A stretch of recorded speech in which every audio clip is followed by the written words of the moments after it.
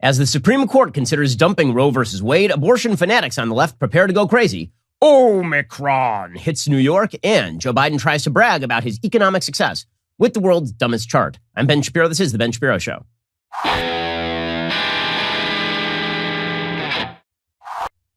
The Ben Shapiro Show is sponsored by ExpressVPN. Why haven't you gotten a VPN yet? Visit expressvpn.com/Ben. We'll get to all the news in just one moment. First, this holiday season, you're probably not sleeping enough. But here's the thing. You can get yourself a holiday gift or a friend a holiday gift and give them the gift of magical sleep. I'm talking about a Helix Sleep mattress. Helix Sleep has a quiz. It takes just 2 minutes to complete. It matches your body type and sleep preferences to the perfect mattress for you. Why would you buy a mattress made for somebody else? With Helix, you're getting a mattress you know will be perfect for the way you sleep. Everybody is unique. Helix knows that. They have several different mattress models to choose from. They have soft, medium, and firm mattresses. Mattresses great for cooling you down if you sleep hot. Mattress is great for spinal alignment to prevent morning aches and pains, even a Helix Plus size mattress for plus size sleepers. So if you are looking for a mattress, you take the quiz, you order the mattress you're matched to, the mattress comes right to your door, shipped for free. You don't ever need to go to a mattress store again. They've got a 10-year warranty. You can try it out for 100 nights risk-free. They'll pick it up for you if you don't love it, but you will. Helix even has financing options and flexible payment plans, so a great night's sleep is never far away. My wife and I have a Helix Sleep mattress customized just for us. It is both firm and breathable. It is exactly what we are looking for. Just go to helixsleep.com/Ben. Take their 2-minute sleep quiz. They will match you to that customized mattress. Get the best sleep of your life. Helix is offering up to $200 off all mattress orders and 2 free pillows for our listeners at helixsleep.com/Ben. It's a deal so good I already used it for my parents' Helix. Again, helixsleep.com/Ben. Alrighty, so the Supreme Court is currently considering whether to overrule Roe versus Wade. I actually think that what the Supreme Court is likely to do in this particular case is uphold the Mississippi law that would essentially bar abortion after the 15th week. I don't think they're going to overrule Roe versus Wade. I think you're going to end up with a split decision. In Planned Parenthood versus Casey, you really never ended up with a solid majority decision. You had a majority for certain principles, and then you had 4 justices voting for one thing and 4 justices voting for another thing. I think that what emerges from this case is likely to be a mess. I think that it is not going to be something as clear as even viability, which is an unclear and stupid standard. I think it'll be less clear than that. I don't think it's going to be the trimester framework of Roe versus Wade. I don't know what it's going to be. I do think that we are optimistic on the pro-life side if we think that Roe versus Wade is going to be completely overturned, even though that ought to be the outcome here. And here's the thing. Even if Roe versus Wade is overturned, the law in New York is not going to be the same as the law in Mississippi. And everybody who studies law understands this because that was the case before Roe versus Wade. California had some pretty liberal abortion laws. New York had some pretty liberal abortion laws. And Texas had some pretty strict abortion laws before Roe versus Wade went into place. Nonetheless, the fact that the Supreme Court is now considering the possibility of disestablishing a constitutional right to abortion, which again, does not exist. It was made up out of whole cloth in an entire line of cases stretching all the way back to Griswold through Eisenstadt v. Baird, all the way up through Planned Parenthood versus Casey. That supposed constitutional right to abortion was made up directly out of the colons of Supreme Court justices who had political leanings in favor of a pro-choice position. Even if it were overruled, if ladies want to get abortions, all they have to do is not be in Texas. And they could go over the border to Mexico, and presumably they'd be able to get an abortion there. They could go over to California, get an abortion there. Listen, I would prefer a nationwide regime wherein no one can get an abortion except in cases where the mother's life is in danger. But that's not the way the federalist system works. And because of that, that means that there will be state differences in how abortion law is applied. But the left is losing it. They're losing it. And the reason they're losing it is because once you remove the constitutional right to abortion, once you say that there is no constitutional right to abortion, this brings back into play the rules of nature. And this is something that the left has been fighting very hard, as I pointed out yesterday. For the left, equality of outcome is the only metric of success in a society. And there are certain natural barriers to equality of outcome in every arena of life. And some people are taller, some people are shorter, some people are dumber, some people are smarter. One of the great obstacles to equality of outcome in life are physical differences between men and women. Men and women do not operate the same way. Their bodies do not operate the same way. And women very often make choices that are dependent on their ability to bear and rear children. And they like those choices for the most part. This has been the greatest superpower of women since time immemorial, is that women are capable of bearing children and then feeding the children with their own body and bringing those children up. And by the way, when women are given the opportunity to take time off from the workforce to spend time with children, they are far more likely to do so than fathers are. And so the attempt to crack down on motherhood, which has been an aspect of the far left, has now taken over the entire left. So the left used to say that abortion it should be rare in very circumscribed cases because it's really a bad thing, and you need to allow it to be legal because you never know, something really bad could happen. You might need an abortion, right? That used to be the case. Now, it is a centralized aspect of femininity that abortion be there. It is central to womanhood that you be able to terminate your pregnancy. This is a very different position than the position that the left used to hold even as late as the 1990s pretty consistently. Now the position is that in order for women to achieve the same outcomes as men, women have to be able to, for any reason, rid their bodies of a human life with potential. And so the fact that the Supreme Court is now considering getting rid of the quote-unquote constitutional right to abortion means that the left has lost its mind. And they're going to spout nonsense and craziness and make arguments that have no internal logic to them. And this is what happened all day yesterday. All day yesterday, you got from the media just the craziest positions, unsustainable, illogical, insane, immoral positions being spouted by the left on a regular basis. Okay, so one of the questions that you should be asking yourself when it comes to the left's perspective on abortion is why they feel this way about abortion particularly. And it's kind of strange. So if you go back and you read early Margaret Sanger, who was the founder of Planned Parenthood, she was quite anti-abortion.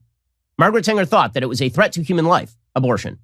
Margaret Sanger was in favor of contraception. She was in favor of birth control. But abortion as a method of birth control is something that was opposed by even wild leftists in the 1920s, 1930s, when Margaret Sanger was a prominent political figure in the United States. And birth control is now widely available in the United States. It's universally available in the United States. It is not difficult to obtain birth control. In fact, the West has gotten so good at birth control that we are depopulating ourselves out of existence.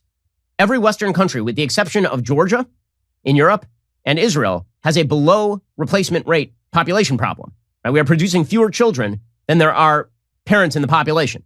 In order to reproduce at replacement rates, you have to have at least 2.1 children per family. Right now, most of the West is at 1.7, 1.8, and Italy 1.3. Right? So we're very good at avoiding having babies, as it turns out. So why exactly is abortion such a necessity? And the answer is because in order for the left to maintain that equality of outcome is the only thing that matters, they have to say that every step along the way, the only thing that matters is the outcome for the woman, not the outcome for the baby. They have to say that for every step of the way, right? They cannot limit the principle to birth control. The obligation for a woman, it never exists according to the left, because if there's an obligation for a woman that a man does not have, it's unfair, even if that obligation was created by basic mammalian biology. And so you end up with the specter of people on the left arguing that pregnancy itself is some sort of enemy. It's an obstacle to be overcome, because after all, women can get pregnant, but men cannot. Although the left takes a conflicting position about this. Now they say that men can get pregnant. So this really should obviate the abortion debate, really. Because if the left's idea is that pregnancy is an inherent bad because it makes men and women fundamentally unequal, well, problem solved. Men can get pregnant now, and women can have balls, according to most of the left. But they get rid of that argument the minute that it becomes inconvenient, because after all, it just happens to be a biological fact that only women can get pregnant, of course. And they have to acknowledge that in the context of abortion. It's weird how fast that language, pregnant people, went away. And no more chest feeding around here. Right? That lasted purely as long as we were attempting to castigate Republicans as bigots. But the minute we're talking about abortion, it's back to pregnant women, and only women should have an opinion on abortion, and only women can get pregnant. Okay, so we begin yesterday with Nancy Pelosi. Nancy Pelosi seems that it is amazing to hear the party of science declare that babies in the womb don't exist. They just don't exist. Now, my sister sent me an ultrasound of her kid in the womb yesterday. My sister, classically Abby, up in Virginia. She sent me a picture of her ultrasound, and it's a 3D ultrasound.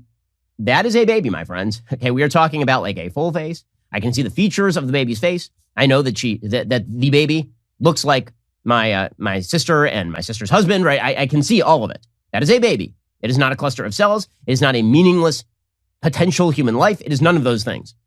But the left tries to claim that the reason they are pro-abortion is because they are pro-science, which is a complete lie. So here's Nancy Pelosi lecturing us on the birds and the bees, which, by the way, I got to tell you, Nancy Pelosi lecturing people on the birds and the bees might end the practice of sex permanently. Like, no one should be forced to watch this clip, because no one will ever want to have sex again after listening to Nancy Pelosi talk about going after it. From what they have said about not respecting precedents, stare decisis, all of that is troubling. And what they have said about, sometimes I think they need a session in the birds and the bees for some of the kinds of statements that they make. I say that as Mother 5. Okay, and this has become a commonplace rote talking point on the left is that people who are pro-life need an explainer on sex. I'm pretty sure you guys need the explainer on sex because you seem to think that sex and pregnancy are completely disconnected. Well, that's not the way it works. You don't catch a pregnancy. You're not just in a room like COVID and you're 5 feet away from somebody for 15 minutes and magically you're pregnant. That's not the way any of this works. Nor typically do people slip and fall on penises and randomly get pregnant. That's not how that works either. So, nope. Actually, it turns out that for all of human history, and again, all of mammalian history, sex has led to pregnancy. It is only since the 1960s that we've been able to scientifically disconnect sex from pregnancy in any sort of consistent way. I mean, if you go all the way back to the 1940s, for example, what you will see is that the plurality of marriages in the United States happened post-pregnancy, meaning that there were a lot of 7-month babies happening in the 1940s, a lot of shotgun marriages happening because sex was connected to pregnancy, as it always has been. And for most of the world still is, by the way. And it's only in the West that we've been able to scientifically uncouple sex from pregnancy, I think in many ways for our great moral detriment. But then it's not just Nancy Pelosi lecturing us about how sex works. It's Joy Behar. Again, I got to say, the people who are being brought forth by the Democrats to lecture Americans on how sex works, it's disturbing. And whatever is the opposite of a turn on, this would be it right here. It's a very interesting schism that goes on here because on the one hand, sex sells everywhere.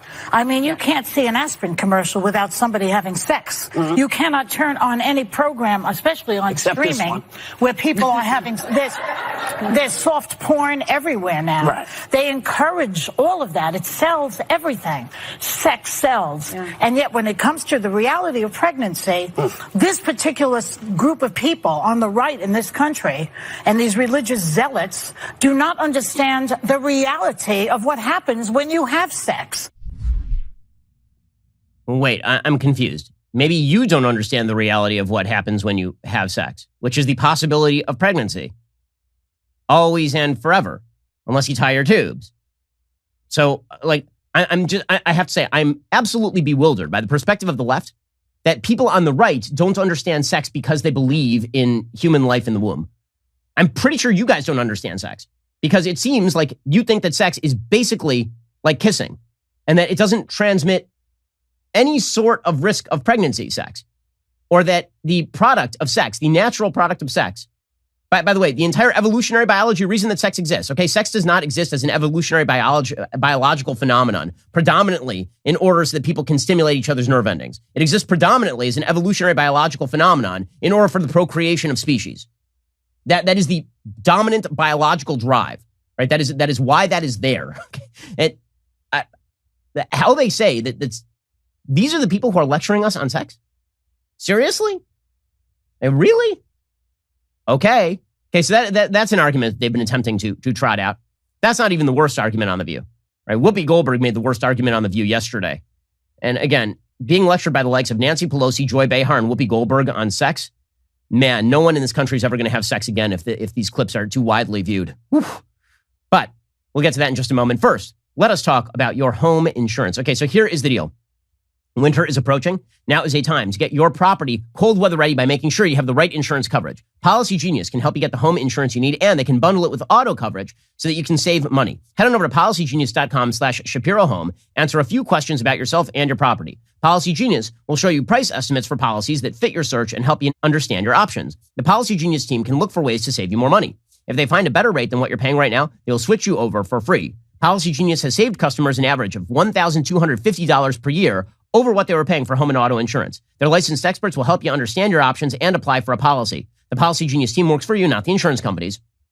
You can trust them to offer unbiased help and advocate for you at every step until you are covered. Policy Genius doesn't add on extra fees or sell your information to third parties. They have thousands of 5-star reviews across Trustpilot and Google. Since 2014, Policy Genius has helped over 30 million people shop for insurance. So, head on over to policygenius.com/ShapiroHome to get your free home and auto insurance quotes. See how much you could save. That's policygenius.com/ShapiroHome. Okay, so the weakness of the so-called pro-choice position, it's extremely weak, especially considering the possibility of contraception via birth control. And so argument number one is conservatives somehow don't understand sex. And the people who make that argument are people who simply do not seem to understand that sex and procreation are necessarily intertwined. And in fact, are part of the same act. Okay, and then you have the argument that only women should speak on abortion.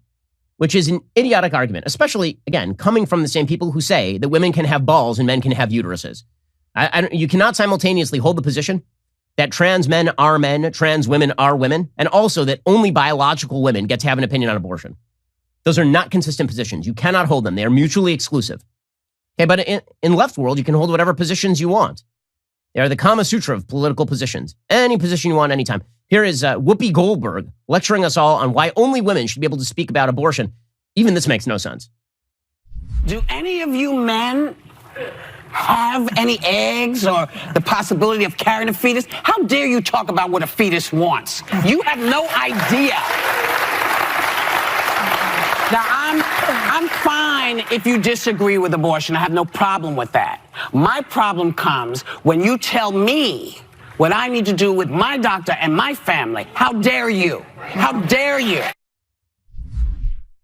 Okay, I've noticed that you guys don't have the same live and let live approach to any other issue in American life. You have to very live and let live when it comes to abortion. I don't care if you have a baby, but you can't tell me whether I can kill my baby in the womb. Also, you need to bake that cake for that gay couple right the hell now. Okay. So let's begin with the conflicts in this clip, because it really is indicative of how self-defeating the left position is on these things. So again, she begins with the proposition that men do not have eggs. The entire left now believes that men have eggs. Right? That there's some men get pregnant. Right? Trans men are men. Right? The clappy hand emoji. Okay, then my favorite is that she just switches right over into, if you're not a woman, how can you speak for the fetus? Okay, we're going to have to stop you right there, Whoopi, because you're an idiot. All of us have been fetuses. I have been a fetus. You have been a fetus, Whoopi Goldberg. It turns out every single human living on Earth has at one point been a fetus. Male, female, all of the 300,200 genders, all of us have been fetuses at some point. So all of us could have a perspective on what a fetus would want. Also, I don't feel like it's such an assumption as to what the fetus wants. I will grant you that I may not know what a fetus might want in terms of, say, food taste. But I feel like a baseline thing a fetus doesn't want is to have somebody chop their head up in the womb and suck them into a sink. I have a feeling that seems like a real easy one. Mainly because I'm not sure that any living creature is super interested in having somebody jab a syringe into them and pump poison into their veins so that they die and then are flushed down a toilet. I'm pretty sure there are not a lot of living creatures at all who are interested in that. So I don't think I have to be a woman to understand what a fetus wants. I think all I have to be is a baseline human being with a shred of decency to understand what a fetus wants. Again, not to have your body chopped up would be like that's not number 10 on the list. That one's like number 1 with a bullet on the list. Okay, they don't have it.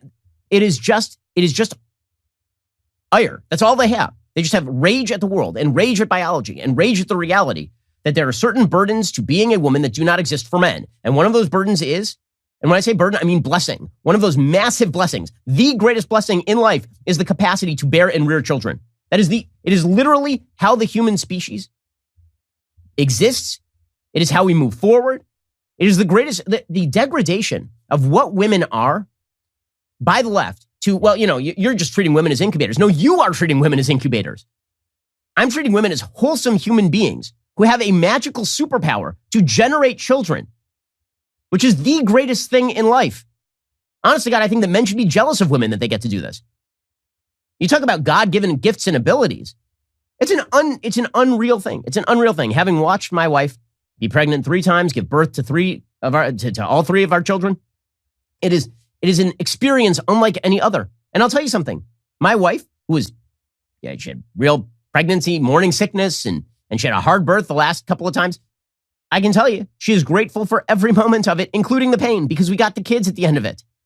And because it's an unbelievable thing. The degradation of pregnancy to, it's just a bad thing that happened, sort of like a bad bowel movement, is so disgusting and dismissive of what women are and what babies are. It really is a degradation of what life is. But this is, if your view of humanity is that true equality is women have to give up what makes women uniquely human, that women should give up what makes them uniquely human, and that any imposition on a woman such that she is not allowed to kill her own child in the womb is somehow an undermining of her autonomy, then your perception of autonomy is sick. There's something deeply wrong with your perception of autonomy. We're not talking about what she can do with her own body. We're talking about what she can do with the child inside her own body. Pramila Jayapal, for her part, was in panic mode, the progressive congresswoman from Washington State. Here she was yesterday freaking out over the Supreme Court. It was a devastating hearing for millions of women across this country, for millions of people across this country who are watching the Supreme Court actually look like they are going to overturn Roe v. Wade and take us back into the days of back alley abortions. This is personal to me. I am one of the 1 in 4 women in America who has had an abortion. It was a very difficult choice for me to make, but it was my choice, Jose. And that is what we need to preserve for every person across the country that has to be in that situation. No, that is not what we have to preserve. Because in no other area of life, period, do we say that your choices with regard to other human beings' lives, whether they get to be preserved or not, is your choice.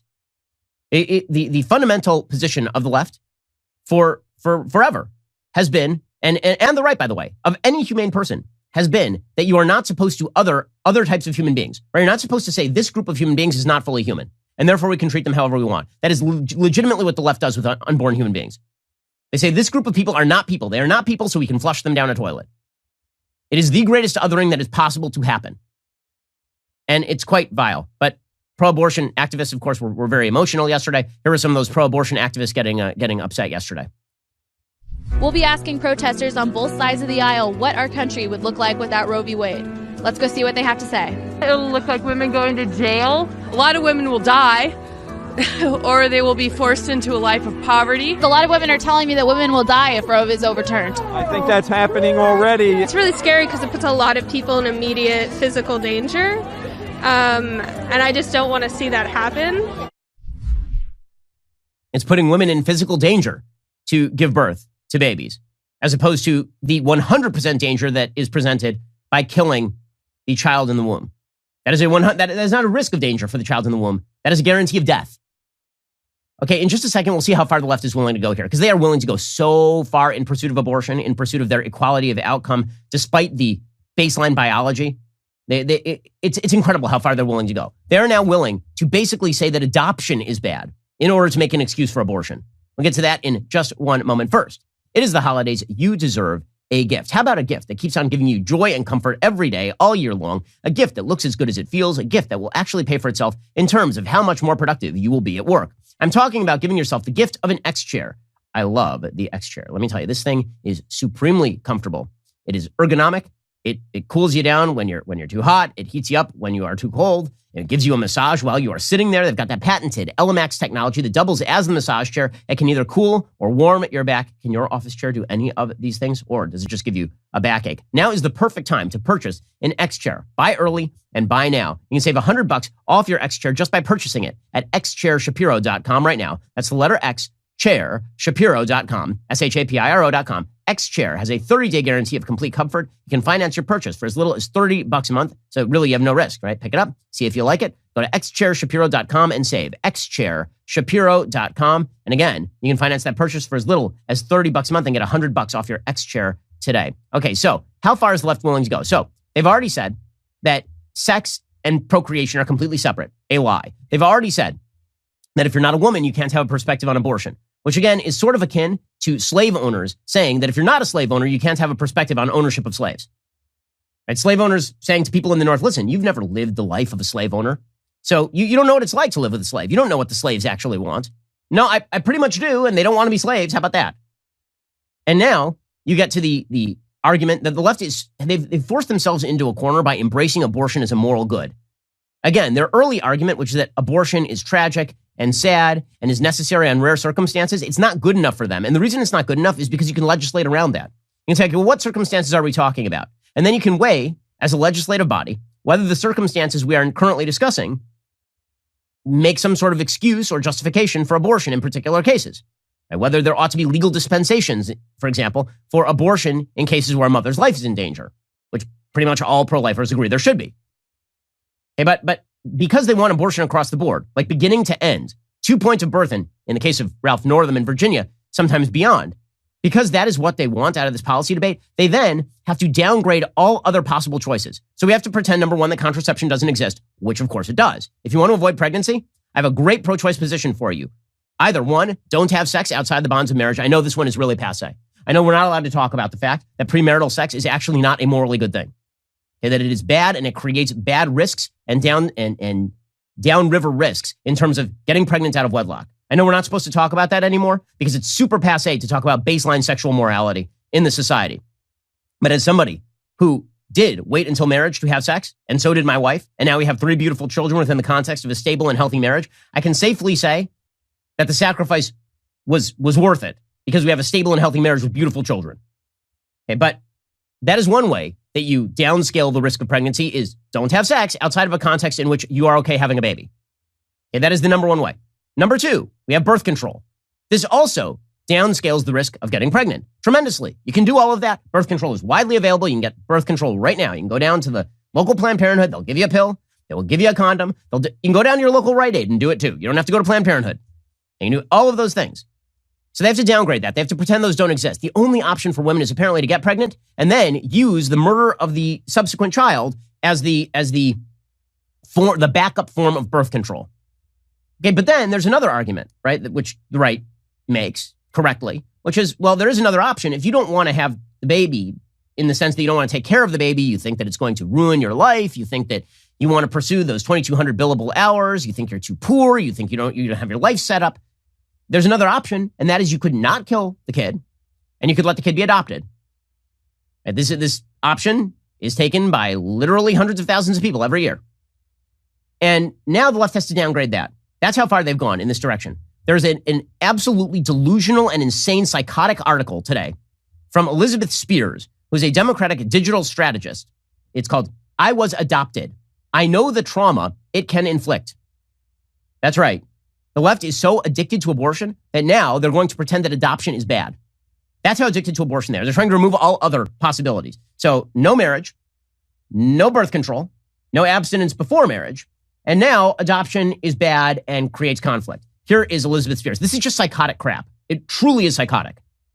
Quote, "On Wednesday, as the Supreme Court heard oral arguments from state attorneys seeking to uphold Mississippi's 15-week abortion ban, Justice Amy Coney Barrett kept getting at one question. Why was abortion necessary when women who do not want to be mothers can simply give up their babies for adoption?" Again, this is an op-ed in the New York Times. "As an adoptee myself, I was floored by Justice Barrett's assumption that adoption is an accessible and desirable alternative for women who find themselves unexpectedly pregnant.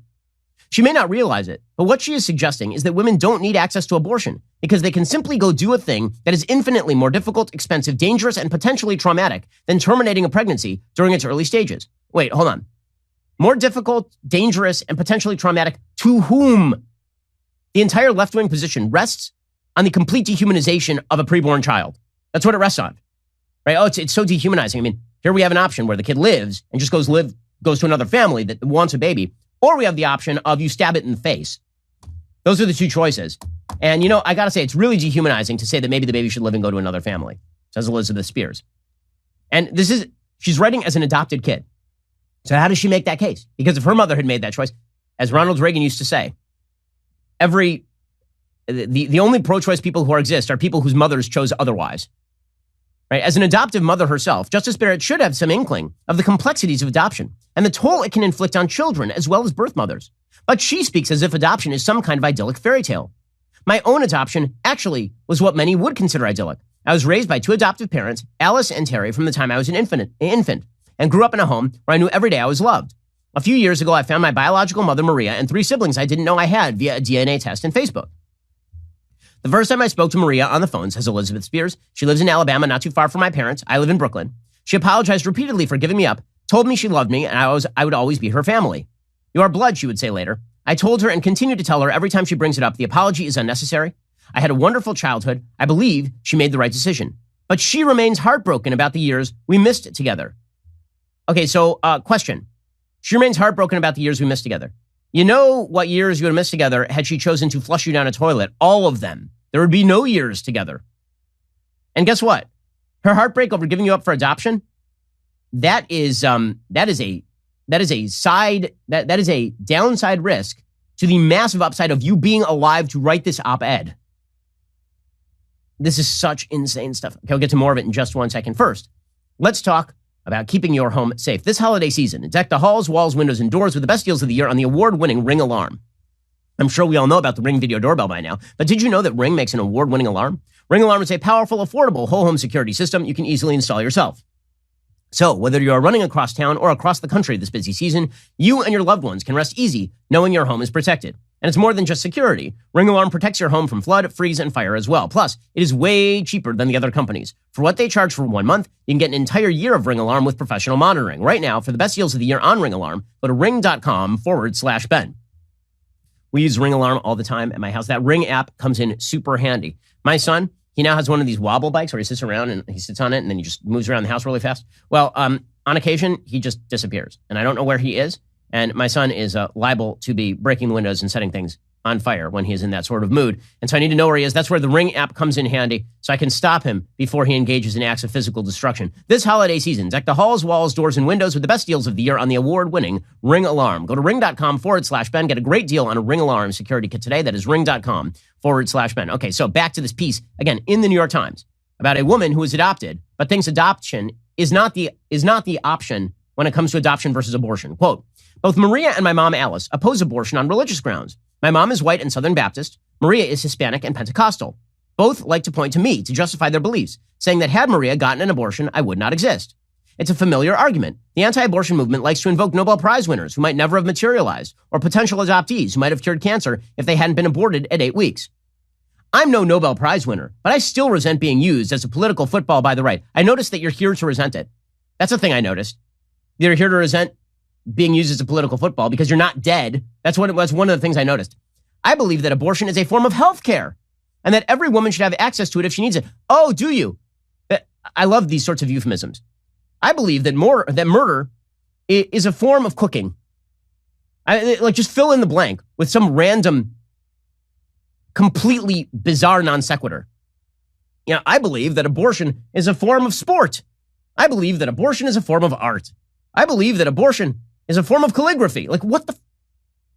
Healthcare for whom? Not the person you're killing. Perhaps more than that, I resent the suggestion by people like Justice Barrett that adoption is a simple solution. I resent it on behalf of Maria, who found the choice she made traumatizing and still feels that pain 44 years later. Even when an adoption works out well, as it did in my case, it is still fraud. Wait, so let me get this straight. You are alive to resent the adoption of you on behalf of your mother, who wanted to give you up for adoption and is happy she gave you up for adoption and feels morally blessed that you are alive and that she didn't murder you. But you resent that you are alive on behalf of the mother who is happy to keep you alive so that you could lead a good life where you end up as a Democratic strategist pumping out garbage like this for the New York Times. Honest to God, this is like a bizarre time loop from Back to the Future 2, in which you're alive to complain about the fact that you are alive. When I echo Maria in saying she gave me up, the language always rankles adoptive parents because it introduces an unpleasant complexity, implying that my birth mother was not completely happy with her choice, or worse, that it made her miserable. But that is sometimes the case, even when adoption is the best option for all involved. Adoption is not always an unallied good. It's a complicated choice in a situation that has no right or wrong answer. No, I found the wrong answer. It's killing you. That's it. Was it super hard? I feel like when the options are woman can keep child and struggle through the difficulties of raising a child as, say, a single mom, or woman can give up child to a two-parent family that is more prosperous and struggle with that decision. The choice that's bad is the one where you just kill the kid. That would be the wrong choice. So you have two choices, both of which have some costs on a personal level, and both of which have some benefits, but both of which have a pretty major upside, which is that you didn't murder the kid. That's like, do you understand the insane moral delusions you have to go through to come to a pro-choice position via this article? And yet this is in the New York Times. If the court overturns Roe versus Wade, says Elizabeth Spear in the New York Times, many women will be forced to give birth to children they did not want and did not feel they could afford to support. Well, they forced to give birth. The language of forced to give birth to children is so bizarre. It's so weird. Again, forced to get pregnant is one thing because typically we call that rape, right? If somebody is forced to get pregnant, that is a grave moral sin. Forced to give birth is, you mean like your body goes through the process that normally happens when when a baby is conceived? You're forced to give birth assumes that there is like another natural option. There is no, the intervention is the termination of the pregnancy. It's sort of like saying, water runs downhill, okay? And so if you take water and you put it at the top of a hill and it goes to the bottom of a hill, and I don't stop that water from running downhill, the water was forced to reach the bottom of the hill. No, if you rechannel the water, you're performing the intervention. There's a massive logical fallacy right here. Forced to give birth? Nope, that's the natural process. Just as no one forces you to have a digestive tract that processes food. You're not, what are we talking about here? But this does go to the baseline idea that there's a fundamental underlying idea, which is that biology is force. These folks believe that there is a spirit in the machine and that any threat to that spirit of autonomy is an active force and must be defeated. This is what unites the pro-abortion movement and the transgender movement, is the idea that biology is an obstacle to your greatest dreams and to your free-floating autonomy that is disconnected from your biological reality.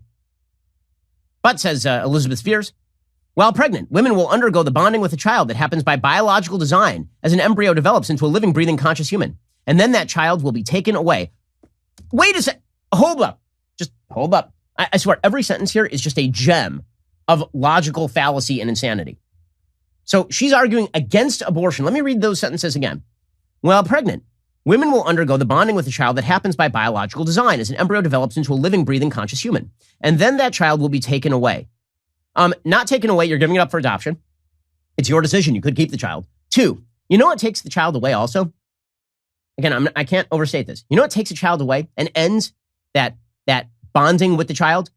Killing it.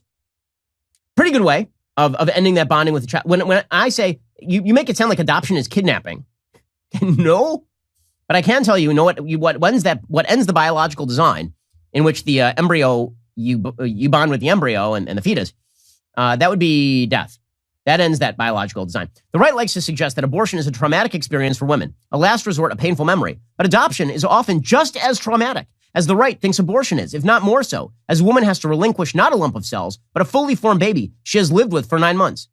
Again, that's her decision as to whether she wishes to give the baby up for adoption. But the complete denial that there is another character in this story is the part that's truly galling. I'm a mother myself, says Elizabeth Spears, to an adorable 6-year-old self-proclaimed Fortnite expert, and as often the case, I did not know I was pregnant with him until the usual symptoms appeared a few weeks into the pregnancy. As anyone who has gestated a human will tell you, that's a romantic way of talking about pregnancy, gestated a human.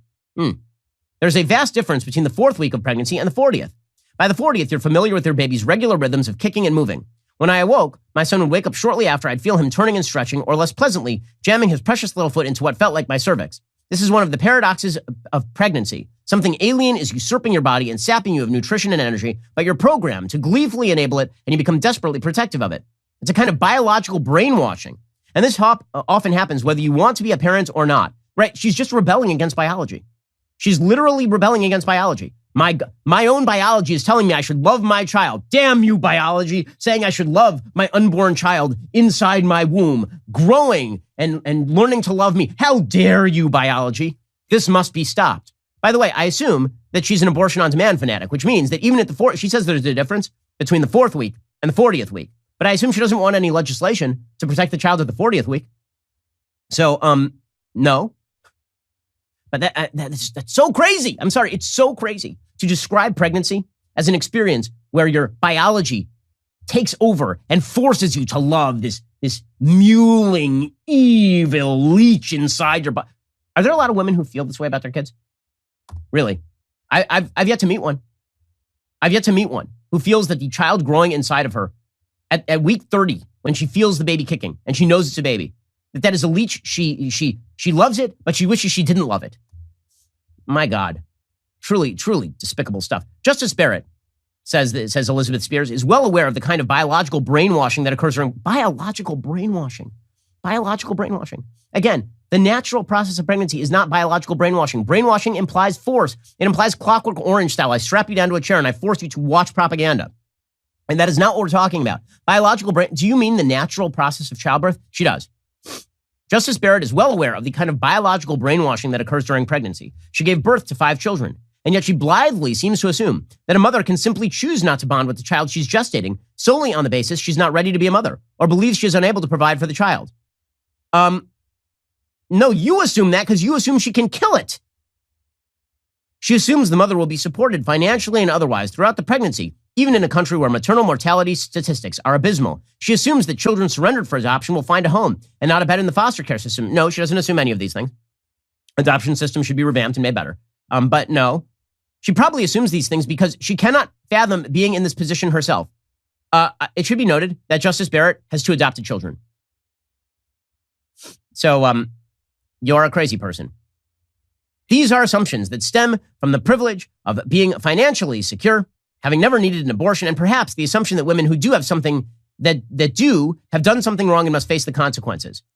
Well, yes, I do believe that women who have abortion have done something morally wrong. Yes, that is true. That's the only part of this article I agree with. In my experience, some on the right believe that the trauma adoption inflicts is a consequence of irresponsibility, but unexpected pregnancy is not a de facto function of bad decision-making.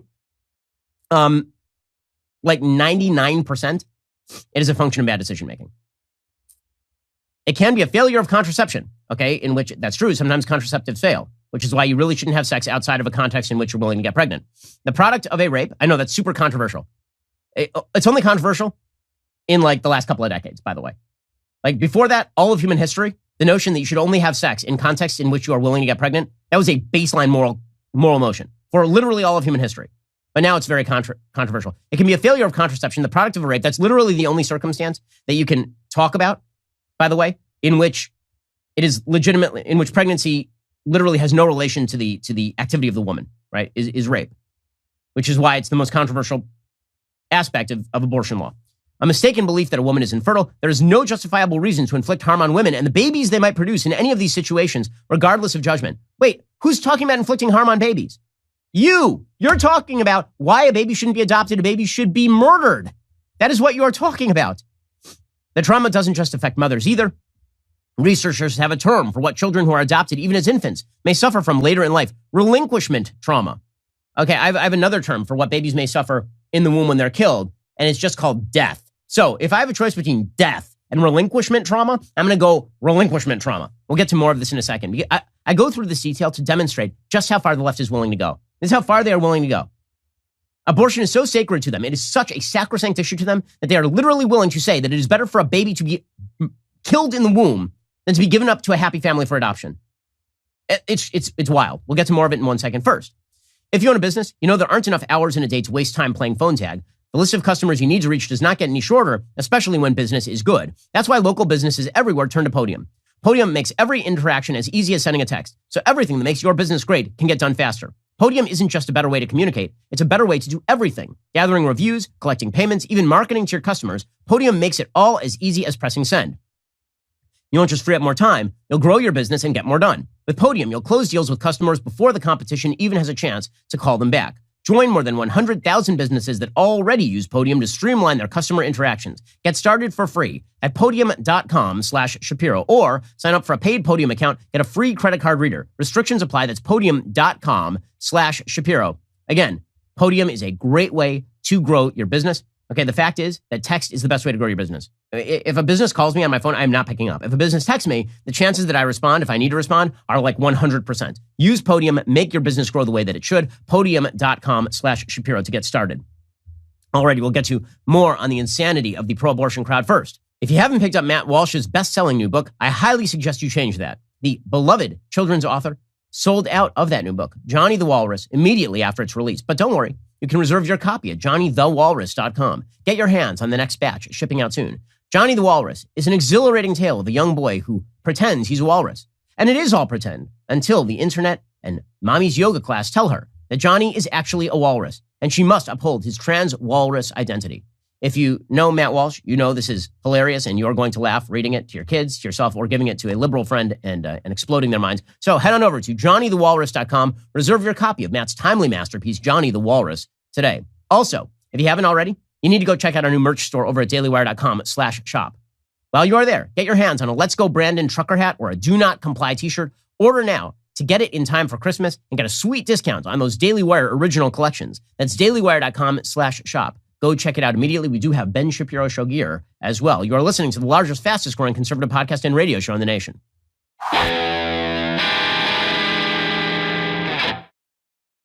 Alrighty, so just to complete this article from Elizabeth Spears, because the depths of delusion and insanity that Democrats are willing to go in order to preserve abortion is totally crazy. So there's this article in the New York Times we're talking about in which she argues that adoption is bad. This is how far they're willing to go. In order to preserve abortion, adoption is now bad. It's the worst choice. If you have a choice between adoption and abortion, you should go for abortion, according to Elizabeth Spears, who was adopted herself.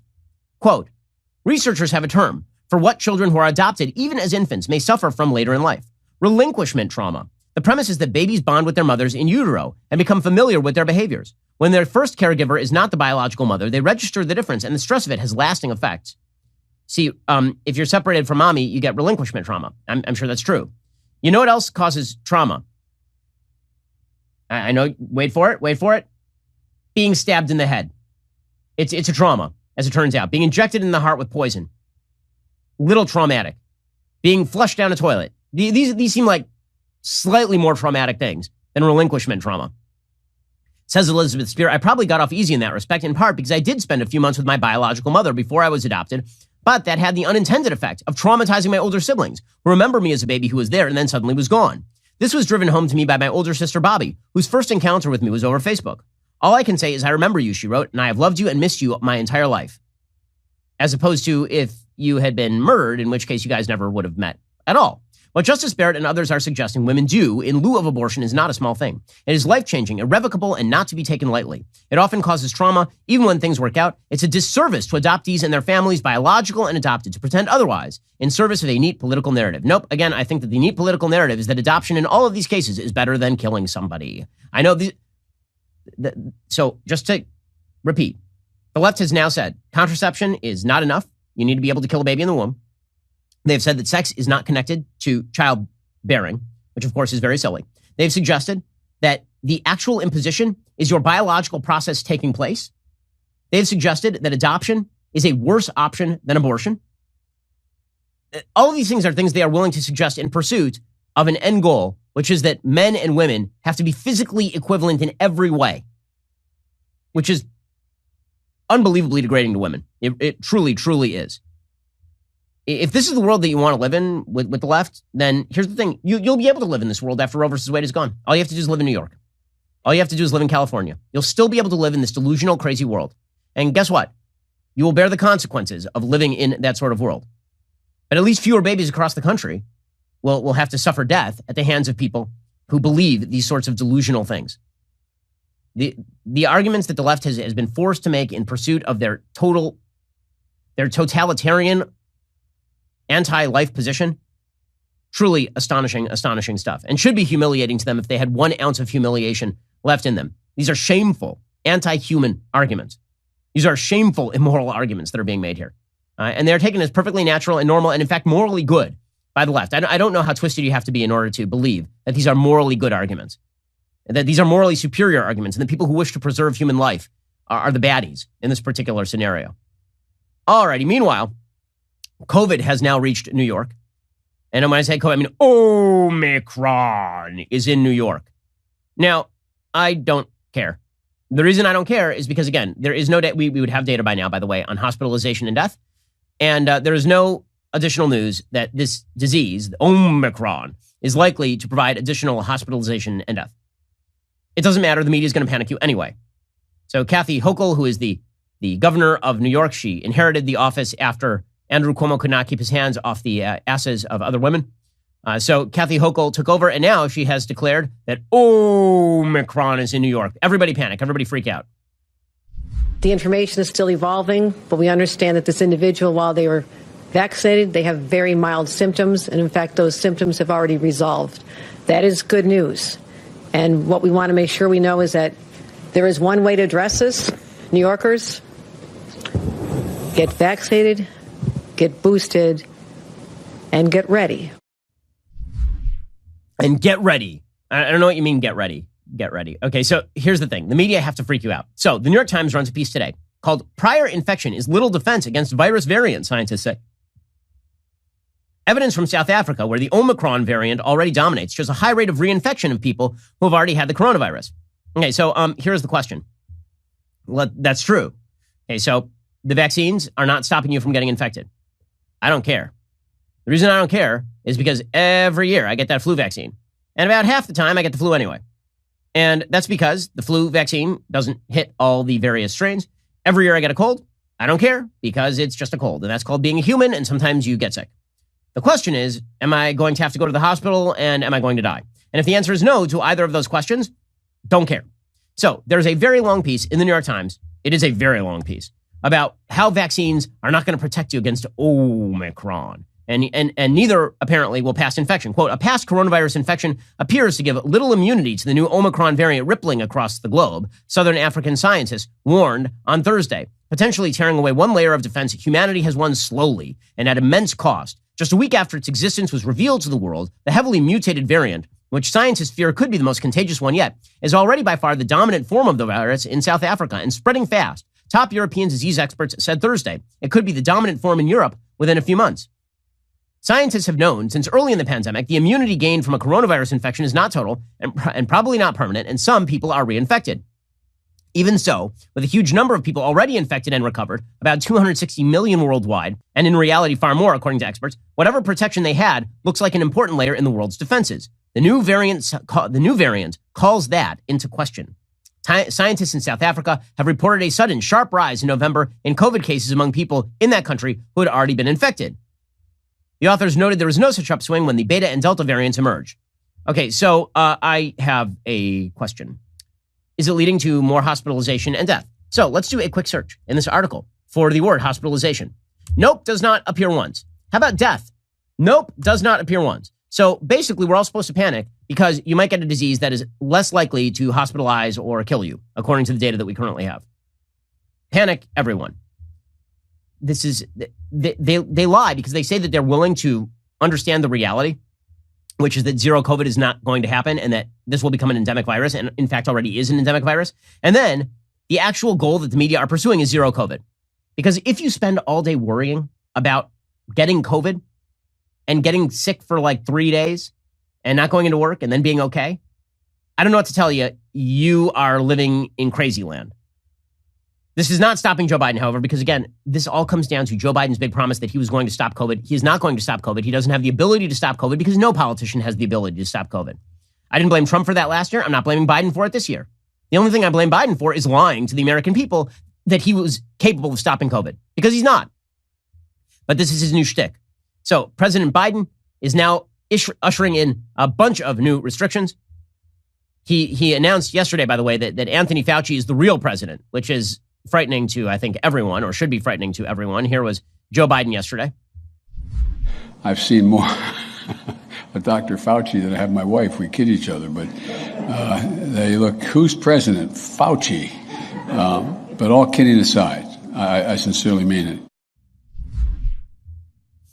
So, all kidding aside, he means it. Fauci is the president, which bodes very poorly for us, considering that Anthony Fauci is wild and crazy and self-conflicting on all of this stuff and highly political. By the way, Anthony Fauci came out yesterday and he said that fully vaxxed Americans with boosters are still going to need to wear masks. So basically, mask up until the end of time. Literally until the end of time.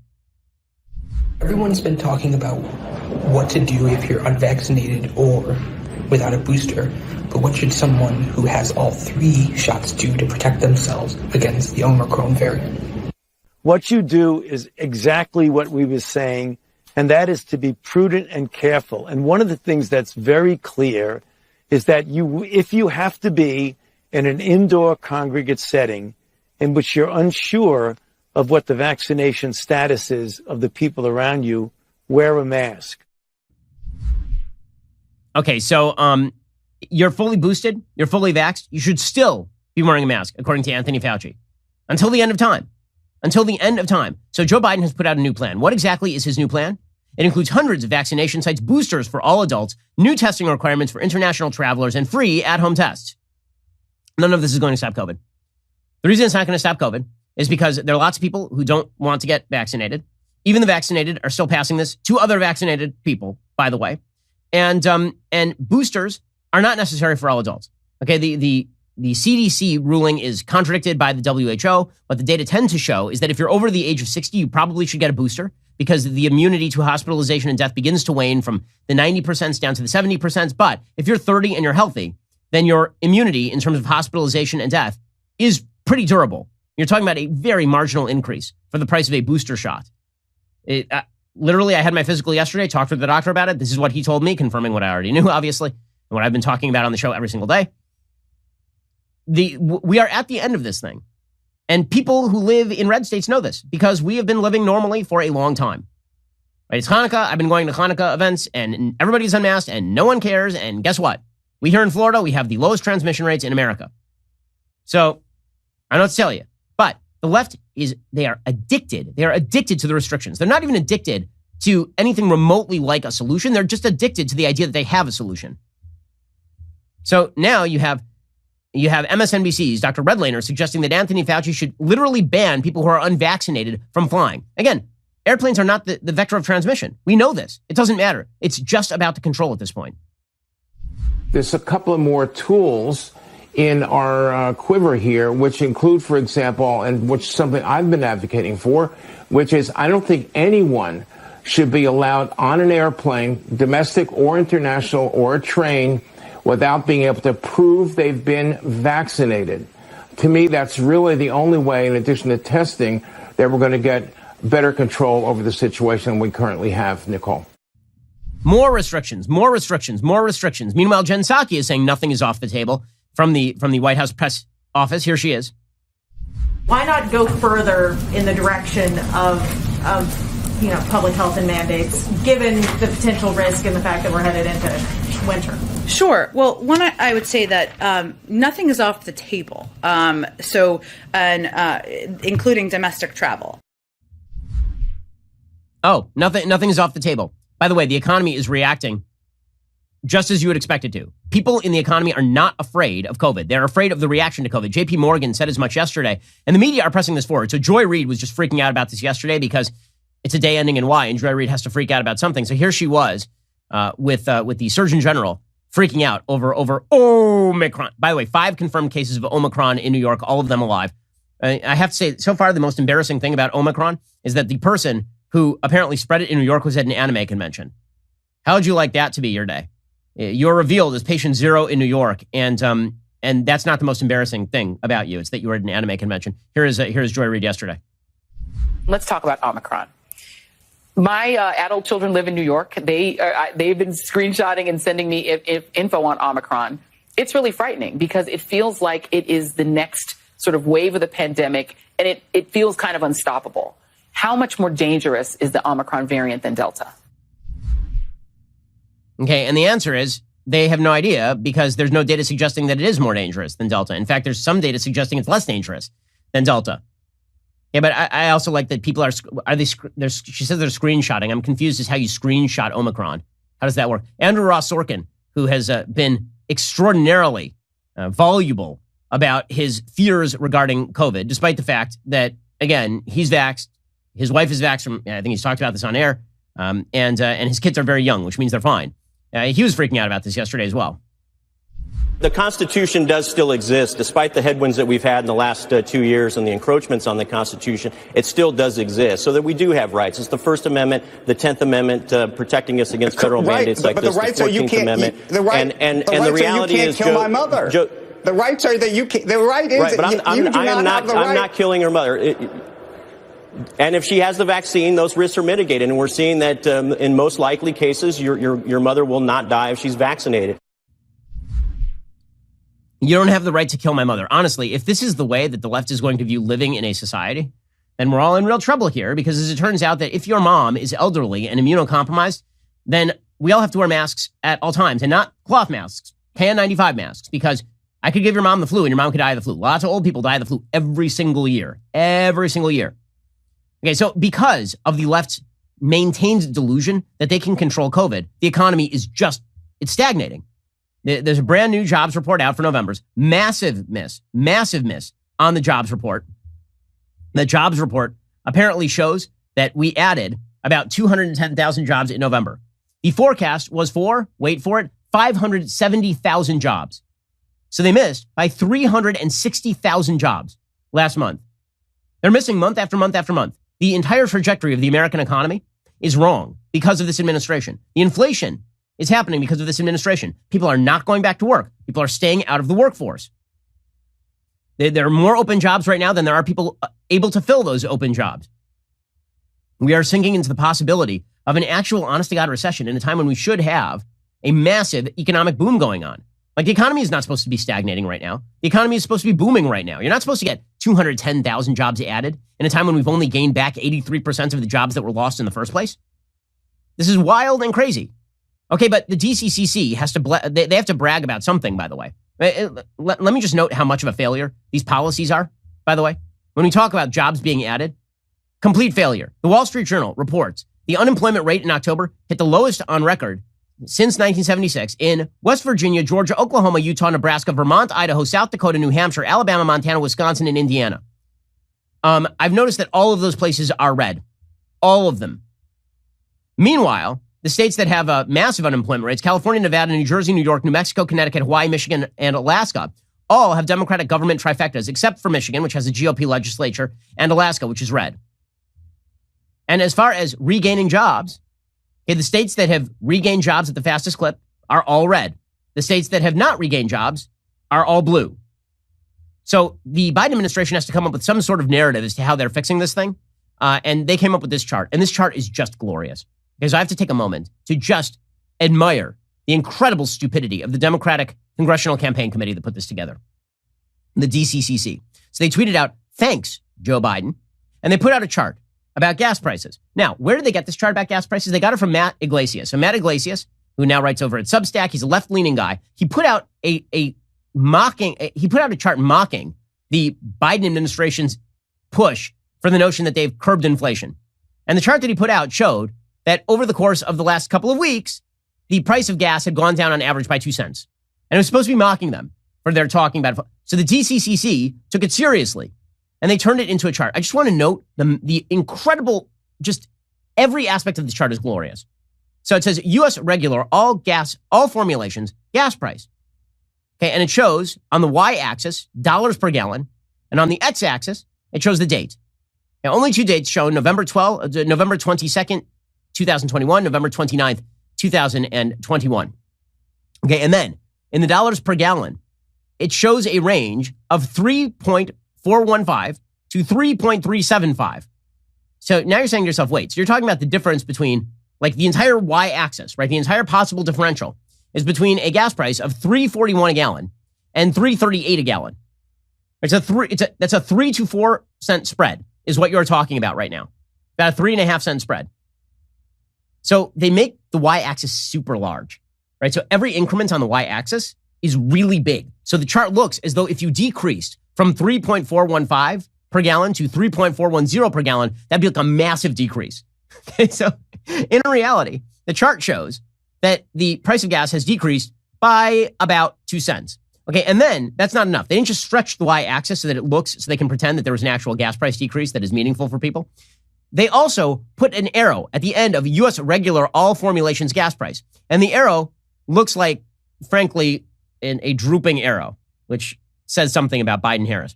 It is a drooping arrow. It takes a sharp 90-degree downturn because this is how steeply the prices are decreasing.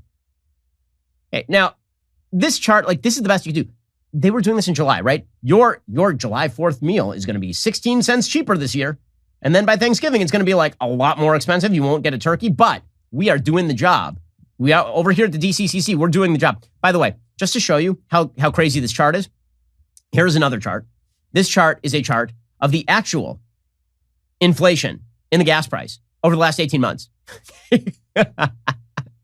So basically, since November of 2020, beginning November 20th, 2020, you're looking at a gas price, on average, of about $2.13 a gallon, somewhere in that neighborhood. Then you have a consistent and steep rise all the way up to $3.42. And so the DCCC featured a chart showing the last 2 weeks in which the average price of gas has decreased from $3.40 to $3.38. And they're like, we're fixing this thing. Weird, because when Joe Biden took office, the average price of gas was a little under $2.40 a gallon. Now it is $3.40 a gallon. And you're showing me like the last 2 weeks? They got nothing, guys. They have nothing. They have nothing They have a doddering old president who doesn't know how to handle this thing and who's just going to keep throwing restrictive measures at the American people. And all that's going to do is sink the economy. But at least he's with it. At least he's not, routinely slurring his words. Oh, wait, no, he's actually routinely slurring his words. My bad. Here he was yesterday slurring his words. These teams work.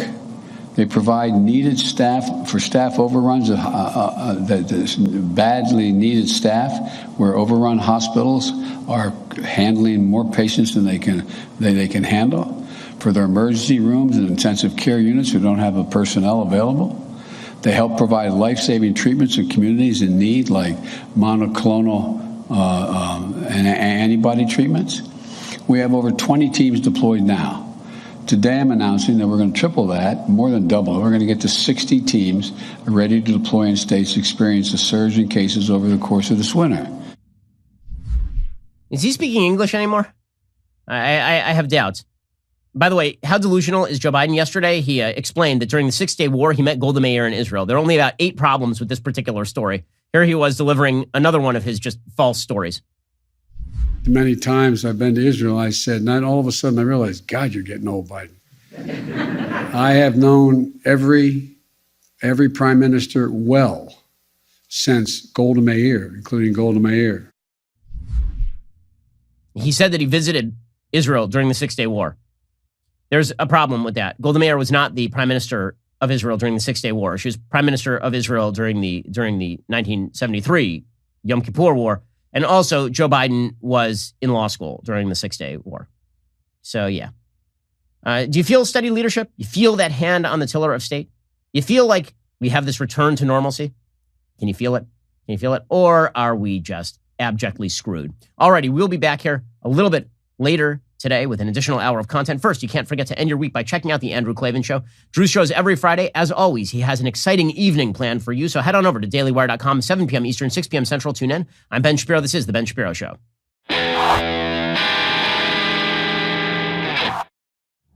The Ben Shapiro Show is produced by Elliot Feld. Executive producer, Jeremy Boring. Our supervising producer is Mathis Glover. Production manager, Pavel Wydowski. Associate producer, Bradford Carrington. Host producer, Justin Barber. The show is edited by Adam Sayevitz. Audio is mixed by Mike Coromina.